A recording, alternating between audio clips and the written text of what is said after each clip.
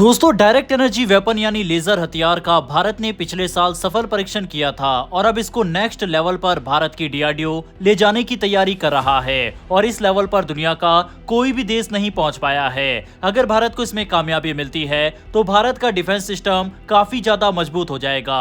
इसके अलावा research and development पर भारत की सबसे बड़ी defence company Hindustan aeronautics limited कितना खर्च हर साल कर रहा है, बाकी दुनिया की लीडिंग डिफेंस कंपनियों के कंपैरिजन में इसका एक डेटा सामने आया है और ये बहुत इंपॉर्टेंट है अगर भारत को फ्यूचरिस्टिक वेपन अपनी सेना में शामिल करना हो तो। अब इसका डेटा सामने आ गया है, इसके बारे में भी इस वीडियो में बात करेंगे। दोनों खबर काफी इंटरेस्टिंग है, इसीलिए वीडियो को अंत तक जरूर देखिएगा। पहले बात करते हैं लेजर हथियारों की। भारत अब डिफेंस टेक्नोलॉजी के उस दौर में तेजी से प्रवेश कर रहा है जिसे भविष्य की युद्ध प्रणाली की रीढ़ माना जाता है। डायरेक्टेड एनर्जी वेपन्स यानी लेजर हथियार रक्षा अनुसंधान एवं विकास संगठन डीआरडीओ इस दिशा में एक बड़ा कदम उठा चुका है। डीआरडीओ अब 300 kilowatt class high energy laser system पर काम कर रहा है जो भारत की एयर डिफेंस क्षमता को पूरी तरह बदल सकता है। ये लेजर सिस्टम एक hybrid electrically driven gas laser architecture पर आधारित है। आसान शब्दों में कहे तो ये सिस्टम बिजली से संचालित होता है लेकिन गैस लेजर की ताकत और बीम क्वालिटी को इस्तेमाल करता है। इसका मकसद है एक ऐसा लॉन्ग रेंज हार्ड किल लेजर हथियार बनाना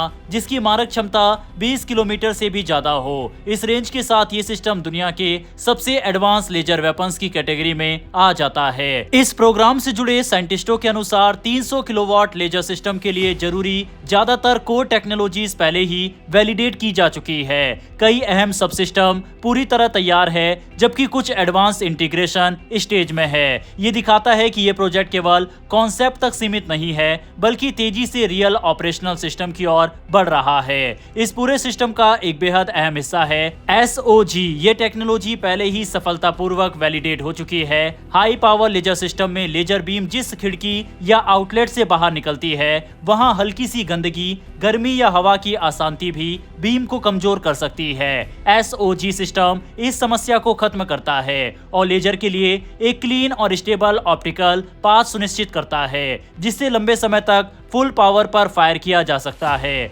एक और बड़ी उपलब्धि है हाई गेन सुपरसोनिक नोजल का वैलिडेशन। ये गैस लेजर का दिल माना जाता है। ये नोजल लेजर गैस को बहुत तेजी से फैलाकर और ठंडा करके वह स्थिति बनाता है जिससे बेहद ताकतवर लेजर बीम पैदा होती है। सुपरसोनिक फ्लो की वजह से लेजर लगातार और स्थिर तरीके से काम कर सकता है जो हाई पावर सिस्टम के लिए बेहद जरूरी है। लेजर सिस्टम के दौरान निकलने वाले अत्यधिक गर्म और हाई प्रेशर गैसों को कंट्रोल करने के लिए एक सील्ड एग्जॉस्ट कंट्रोल सिस्टम भी विकसित किया गया है। इस सिस्टम का आंशिक वैलिडेशन पूरा हो चुका है। ये सब सिस्टम लेजर को लंबे समय तक लगातार चलाने में मदद करेगा और पूरे सिस्टम की थर्मल स्टेबिलिटी बनाए रखेगा।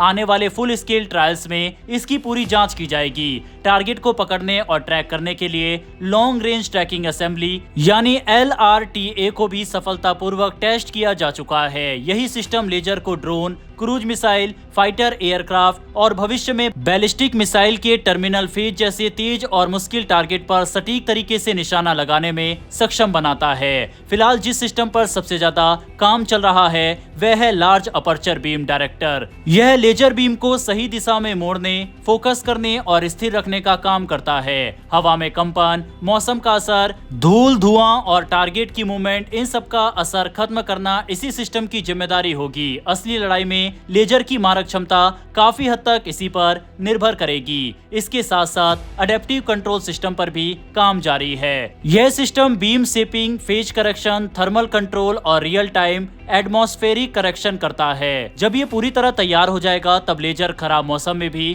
टारगेट पर एक बेहद केंद्रित और ताकतवर स्पॉट बनाए रख सकेगा। ये 300 kilowatt class laser system drone, swarm, loitering munition, cruise missile और फिक्स्ड विंग एयरक्राफ्ट जैसे खतरों से निपटने में सक्षम होगा। इसकी सबसे बड़ी खासियत होगी लगभग जीरो कॉस्ट पर शॉट, तुरंत प्रतिक्रिया और बिना गोला बारूद खत्म होने की चिंता। हाइब्रिड गैस लेजर तकनीक डीआरडीओ को भविष्य में मेगावाट क्लास लेजर सिस्टम तक पहुंचने का रास्ता भी देती है जो रणनीतिक मिसाइल डिफेंस में गेम चेंजर साबित हो सकता है। इस कमाल की डिफेंस सिस्टम के लिए कमेंट बॉक्स में एक जय हिंद जरूर लिखिएगा। अब बात करते हैं हिंदुस्तान एरोनॉटिक्स लिमिटेड की। आज जब भारत एरोस्पेस एरोस्पेस और डिफेंस सेक्टर में रणनीतिक आत्मनिर्भरता की दिशा में तेजी से आगे बढ़ रहा है, तो एक अहम सवाल लगातार उठ रहा है।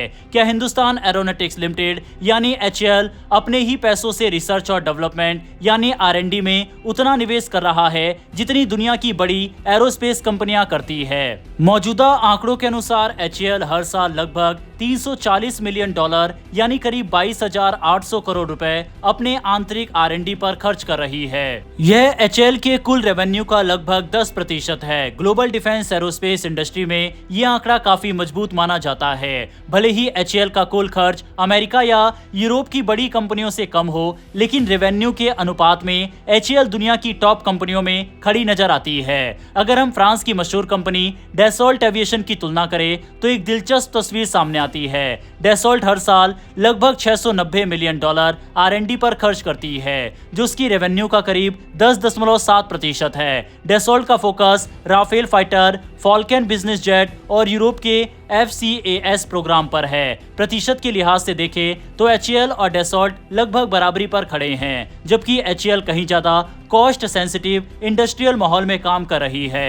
स्वीडन की कंपनी साब, जो ग्रिपन फाइटर और ग्लोबल आई एवेक्स बनाती है, वह R&D पर लगभग $360 मिलियन खर्च करती है, जो उसके रेवेन्यू का करीब 7.3% है। इस तुलना में HAL साब से भी आगे निकल जाती है, क्योंकि HAL का R&D निवेश प्रतिशत ज्यादा है। दक्षिण कोरिया की कोरिया एरोस्पेस इंडस्ट्रीज यानी काई, जो KF-21 और FA-50 जैसे फाइटर बना रही है, वह R&D पर लगभग $165 मिलियन यानी करीब 5.7% रेवेन्यू खर्च करती है। यहाँ HAL लगभग 2 गुनी R&D इंटेंसिटी दिखाती है, जबकि दक्षिण कोरिया को एक उभरती हुई एरोस्पेस पावर माना जाता है। इटली की लियोनार्डो इस सूची में सबसे आगे है। लियोनार्डो हर साल लगभग $2.4 बिलियन R&D पर खर्च करती है, जो उसके रेवेन्यू का करीब 14.4% है। इस मामले में HAL उससे पीछे जरूर है, लेकिन कंपनी का स्केल और प्रोडक्ट पोर्टफोलियो भी लियोनार्डो से काफी छोटा है। वहीं दुनिया की सबसे बड़ी डिफेंस कंपनी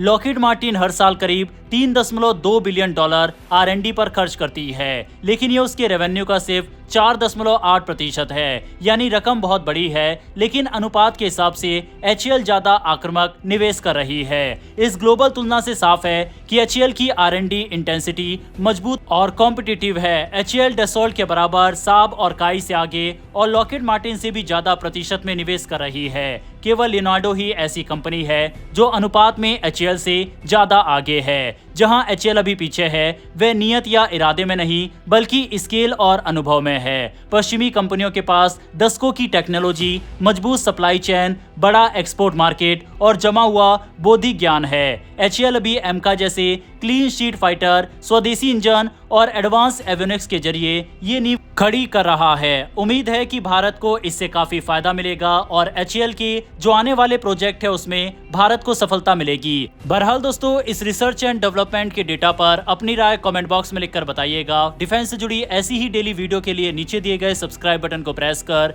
बेल आइकन को जरूर दबा लें। फिर मिलेंगे ऐसी एक नई वीडियो के साथ। धन्यवाद। जय हिंद, जय भारत।